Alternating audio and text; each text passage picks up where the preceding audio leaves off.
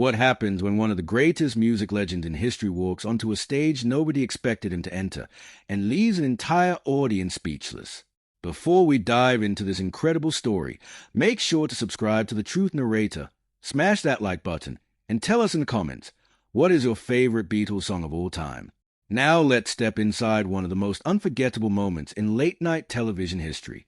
The lights of the Ed Sullivan Theater glowed against the New York night. For years, this stage had witnessed comedy, politics, music, and countless celebrity appearances. But on this particular evening, something felt different. There was a strange energy in the air. The audience could sense it, even if they couldn't explain why. This wasn't just another episode of The Late Show with Stephen Colbert. It was a final chapter, the series finale. As the cameras rolled, Stephen Colbert stepped into the spotlight. The crowd erupted with applause. Smiles filled the room, but beneath the laughter was a feeling nobody wanted to admit. An ending was approaching. Colbert, always quick with a joke, launched into a playful segment involving an unexpected cancellation. The Pope was supposed to be here tonight, he joked. The audience laughed, then laughed even harder.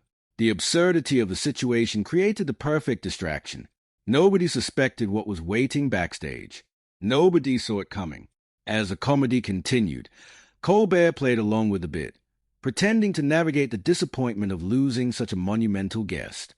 But then, something shifted. The host's expression changed. The audience noticed. The room grew quieter. There was a pause, a beat, and then another, the kind of silence that makes everyone lean forward. Suddenly, a figure emerged from the shadows. For a split second, many in the audience couldn't believe what they were seeing. Then recognition hit like a thunderbolt. Gasps echoed through the theater. People shot to their feet. Some covered their mouths in disbelief. Others simply stared. Walking onto the stage was none other than Paul McCartney, a living legend, a man whose music had shaped generations, a member of a band that changed popular culture forever. The applause was immediate, deafening. The crowd wasn't just cheering. They were witnessing history. Colbert himself looked stunned. Even after years of interviewing presidents, actors, athletes, and icons, this moment clearly meant something special. Paul McCartney. The audience roared again. McCartney smiled warmly as he approached the host. The energy inside the theater became electric. You could almost feel decades of music history walking across that stage. As the two men sat down, Colbert tried to regain his composure. But then McCartney reached for something. A framed photograph. The audience watched closely. Curiosity spread across the room. What was it? Why had he brought it? McCartney handed the frame to Colbert. The host examined it, then suddenly burst into laughter. The audience leaned in. The photograph carried a message, a playful dedication, a joke only someone with McCartney's legendary sense of humor could deliver. To Stephen, it read, "You're better than the Beatles." The crowd exploded. Laughter filled every corner of the theater. Even Colbert appeared momentarily overwhelmed. "What?" he exclaimed.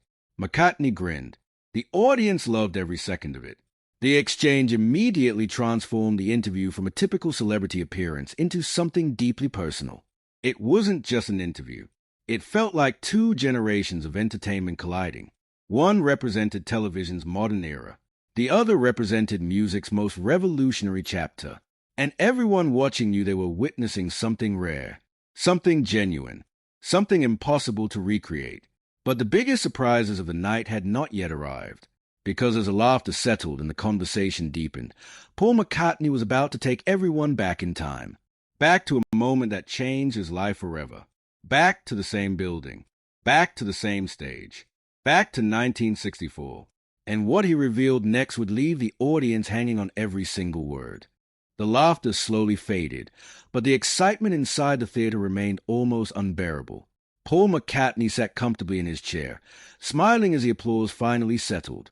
Across from him, Stephen Colbert looked less like a late-night host and more like a fan who couldn't believe his luck. For a moment, the room felt suspended between two different eras. One was the present, the other was 1964, and McCartney was a bridge connecting them.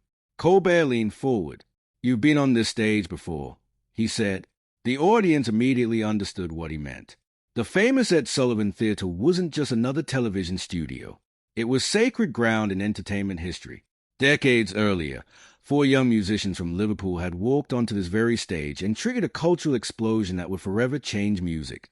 As McCartney looked around the theatre, his expression softened. The crowd grew silent. Suddenly, it wasn't the legendary performer speaking. It was the young dreamer he once had been. "You know," McCartney began, glancing around the room, "it's amazing being back here." The audience listened carefully. Every word carried the weight of history. McCartney described arriving in America as a young man. At the time, the United States seemed almost mythical to him and his bandmates. Growing up in Liverpool, they had listened to American records endlessly. The music, the culture, the freedom, everything seemed larger than life. Four boys from England, America represented possibility itself. It was where all our favorite music came from, McCartney reflected. The audience nodded. Many could imagine it. Young musicians dreaming of the country that produced the sounds that inspired them. Then came the memories. The real memories. Not the polished stories repeated over decades. The small details. The strange moments. The things only someone who actually lived through history could remember. McCartney smiled as he recalled preparing for that first monumental television appearance. Millions of viewers would be watching. The pressure was enormous. The Beatles had become a sensation almost overnight. America was waiting. Expectations were impossible to measure. But behind the scenes, things weren't nearly as glamorous as people imagined. The audience laughed as McCartney described being sent several floors away for makeup before the show. Not ordinary makeup. Not subtle television makeup. Bright orange makeup. The crowd erupted. Even Colbert doubled over laughing. McCartney shook his head, still amused decades later. Imagine being a young musician preparing for one of the biggest performances of your life, and suddenly finding yourself painted a color that barely resembled human skin. The absurdity of it made the memory even better. But beneath the humor was something deeper. A reminder that even legends experience uncertainty. Even icons get nervous. Even future superstars walk into situations without knowing exactly what will happen. The audience could feel it. This wasn't simply nostalgia. It was a glimpse behind the curtain. Then Colbert asked another question. A simple question, yet one that opened the door to an emotional reflection. When McCartney watches footage of those early performances now, what does he think? The theater became quiet again. McCartney paused. His answer carried surprising honesty. Many artists cringe when they revisit old performances. They notice mistakes, flaws, missed opportunities. But McCartney's perspective was different. He smiled. "We're live," he said. Another pause. "And we sound good, man." The crowd erupted into applause. The statement wasn't arrogance. It was appreciation, gratitude, a recognition of how special that moment truly was. The Beatles weren't relying on studio tricks. They weren't hiding behind technology. They were simply four young musicians standing before millions of people and delivering. For a moment, the audience wasn't thinking about charts or records sold. They were thinking about courage, about talent, about history unfolding in real time. Colbert seemed captivated, and so was everyone watching. The conversation had evolved into something larger than entertainment. It had become a reflection on dreams, on youth, on taking chances when nobody knows what comes next. As McCartney continued speaking, the room felt almost emotional. The final episode of a beloved television show. A legendary musician revisiting the place where everything changed. A theater filled with people witnessing a conversation that felt increasingly personal. Yet the most powerful moment was still approaching. Because soon, McCartney would begin speaking about America itself. About what the country represented to him when he was young. About the ideals that inspired him. And as those memories surfaced, the atmosphere inside the theater would transform once again. The audience thought they had already experienced the night's biggest emotional moment. They were wrong, because what came next would leave the entire room reflecting not just on music history, but on the meaning of dreams, freedom, and the incredible journey that brought a young boy from Liverpool back to the stage where everything began. The atmosphere inside the Ed Sullivan Theatre had changed completely. What began as a surprise celebrity appearance had become something far more meaningful. The laughter was still there. The admiration was still there, but now Something deeper filled the room. Reflection, emotion, history. Paul McCartney sat beneath the bright studio lights, yet his words seemed to transport everyone somewhere else entirely. Back to another time. Back to another version of himself. Back to the moment when four young musicians from Liverpool looked across the Atlantic Ocean and dreamed about America. The audience listened in complete silence. No distractions. No interruptions. Just attention. McCartney spoke about how America appeared to him and his friends when they were young. It wasn't merely another country on a map. It was the birthplace of the music they loved, the source of the records they played over and over, the place where so many of their heroes came from. For young dreamers growing up in post-war Liverpool, America felt almost magical. A distant destination filled with possibility. A place where anything could happen. As McCartney described those early feelings, the audience seemed captivated. Some smiled. Others nodded. Many appeared emotional. Because the story wasn't really about music anymore. It was about dreams. About believing in something bigger than yourself. About taking a chance even when success seems impossible. Stephen Colbert listened carefully. The usual late-night jokes had faded into the background. For a few rare moments, the host and his guests seemed less like television personalities and more like two people sharing an honest conversation in front of millions. The crowd responded with warm applause. Not the explosive applause of surprise. Not the laughter of a punchline. Something gentler. Something sincere. And then everyone realized what made the moment so special. This wasn't merely Paul McCartney visiting a television show. This was Paul McCartney returning to the stage where a major chapter of his life began. The same building, the same theater, the same city, more than 60 years later. The symbolism was impossible to ignore. A full circle moment. The kind that rarely happens in real life. As the interview approached its conclusion, the audience rose repeatedly to their feet. Cheers echoed throughout the theater. People weren't simply applauding a famous musician. They were celebrating a living piece of history. A man whose songs had become part of countless lives. A man who had witnessed cultural revolutions, changing generations, and decades of music evolution.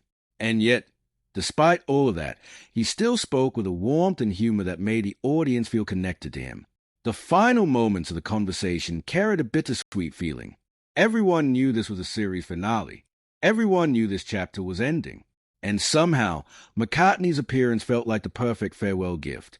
When the segment ended, the applause seemed endless. People clapped, cheered, whistled. Some simply stood there, unwilling to let the moment go.